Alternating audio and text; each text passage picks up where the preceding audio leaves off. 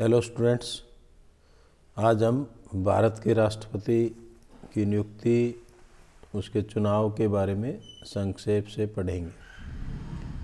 बच्चों, जैसा कि आप जानते हो, भारत में संसदीय शासन प्रणाली को अपनाया गया है, जिसमें हमारे यहाँ दो तरह की कार्यपालिका एग्जीक्यूटिव पाई जाती है और भारत का राष्ट्रपति नाम मात्र की कार्यपालिका के रूप में भारत काम करता है।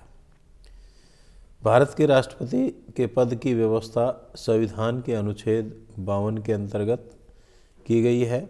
आर्टिकल 52 में कहा गया है, there shall be a president of India.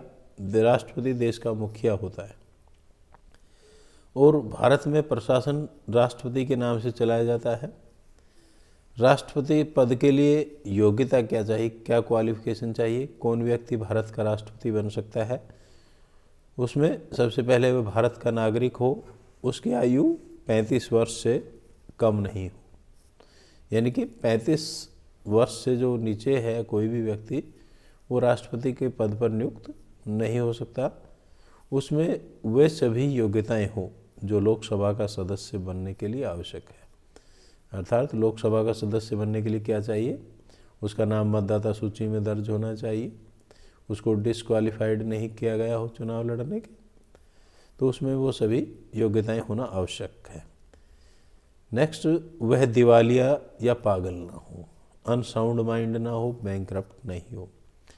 राष्ट्रपति का चुनाव लड़ने वाले प्रत्याशी को एक जमानत राशि निश्चित रूप में जो निश्चित की गई है निर्वाचन आयोग के द्वारा, वो जमा करानी होती है और उसका नाम 50 जो मतदाताओं के द्वारा, जो राष्ट्रपति के निर्वाचक मंडल में शामिल होते हैं, उनके द्वारा प्रस्तावित होना चाहिए तथा 50 के द्वारा ही अनुमोदित होना चाहिए। ऐसा इसलिए किया गया है ताकि कोई भी जो व्यक्ति सीरियस नहीं है चुनाव लड़ने के संबंध में, वो चुनाव ना लड़ सके। कार्यकाल, राष्ट्रपति का जो कार्यकाल है वो 5 वर्ष निश्चित किया गया है निर्वाचन होने के समय से लेकर। यह उस दिन से आरंभ होता है जिस दिन राष्ट्रपति अपने पद की शपथ लेता है। राष्ट्रपति का पद खाली हो तो क्या हो सकता है? 5 वर्ष की अवधि समाप्त होने से पूर्व 3 कारणों से राष्ट्रपति का पद खाली हो सकता है। पहला, यदि वह त्यागपत्र दे दे। राष्ट्रपति अपना त्यागपत्र किसको भेजेगा बेटा? उपराष्ट्रपति को। उपराष्ट्रपति को देता है तथा उपराष्ट्रपति इसकी सूचना लोकसभा के स्पीकर को भेज देता है। दूसरा, यदि राष्ट्रपति की मृत्यु हो जाए। और तीसरा, यदि उसे महाभियोग प्रस्ताव के द्वारा हटा दिया जाए। यदि इनमें से किसी भी कारण से राष्ट्रपति का पद खाली होता है तो भारत का उपराष्ट्रपति 6 माह के लिए राष्ट्रपति के रूप में काम करेगा। राष्ट्रपति तथा उपराष्ट्रपति दोनों का पद रिक्त हो जाए तो क्या होगा? कई बार ऐसी सिचुएशन आई है। तो उस स्थिति में भारत के जो सुप्रीम कोर्ट का मुख्य न्यायाधीश है, वो राष्ट्रपति के रूप में काम करता है 6 माह के लिए, जब तक नए राष्ट्रपति का चुनाव नहीं हो जाता। राष्ट्रपति को निश्चित वेतन तथा भत्ते मिलते हैं जो उसे संचित निधि से दिए जाते हैं, जो उनके कार्यकाल में कम नहीं हो सकते। राष्ट्रपति को पद से हटाने की विधि काफ़ी कठिन है। उसको पद से हटाने के लिए दोनों सदनों के 2/3 बहुमत से प्रस्ताव पास होना चाहिए, जिसे महाभियोग प्रस्ताव कहते हैं।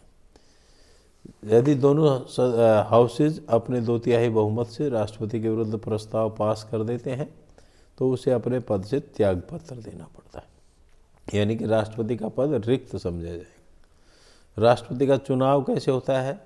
राष्ट्रपति का चुनाव एक निर्वाचक मंडल के द्वारा आनुपातिक प्रतिनिधित्व, मत पद्धति और एकल संक्रमणीय चुनाव प्रणाली के द्वारा होता है। सिंगल ट्रांसफरेबल वोट में आनुपातिक प्रतिनिधित्व के द्वारा उसका चुनाव होता है। निर्वाचक मंडल में भारत के राष्ट्रपति का जो चुनाव होता है, उसके निर्वाचक मंडल में लोकसभा तथा राज्यसभा के निर्वाचित सदस्य के साथ साथ राज्य विधानसभाओं के निर्वाचित सदस्य शामिल होते हैं। ठीक है। राष्ट्रपति का चुनाव जो होता है वो ट्रांसफरेबल वोट से होता है, अर्थात सभी राष्ट्रपति का चुनाव जीतने के लिए व्यक्ति को स्पष्ट बहुमत प्राप्त करना होता है कुल वोटों का। यदि वह स्पष्ट बहुमत नहीं करता तो उसे दोबारा सेकंड प्रेफरेंस के बाद काउंटिंग होने के बाद निर्वाचित घोषित किया जाता है। राष्ट्रपति का जो चुनाव का प्रबंधन है वो भारत का चुनाव आयोग करता है और राष्ट्रपति के चुनाव का संपूर्ण जो काम है उसकी देख रेख में ही होता है। राष्ट्रपति के चुनाव की तिथि घोषित करना, मतदान की तारीख घोषित करना, वोटों की गिनती करना, ये सब भारत के निर्वाचन आयोग का काम है। यदि राष्ट्रपति के चुनाव से संबंधित कोई विवाद होता है तो उसको सुप्रीम कोर्ट सुनता है। सर्वोच्च न्यायालय को यह अधिकार दिया गया है कि राष्ट्रपति तथा उपराष्ट्रपति के चुनाव से संबंधित विवादों का निपटारा करें।